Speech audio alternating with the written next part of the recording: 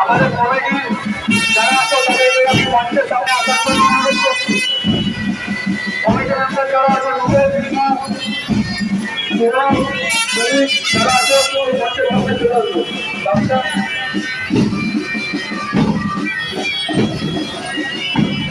একটু রাস্তা যাওয়া আসার জন্য একটু সাইড দিয়ে দাও, একটুখানি রাস্তাটা যাওয়া আসার জন্য একটু সাইড দিয়ে দাও। আমরা 10 মিনিটের জন্য খাওয়া দিয়ে দেবো সবার কাছে।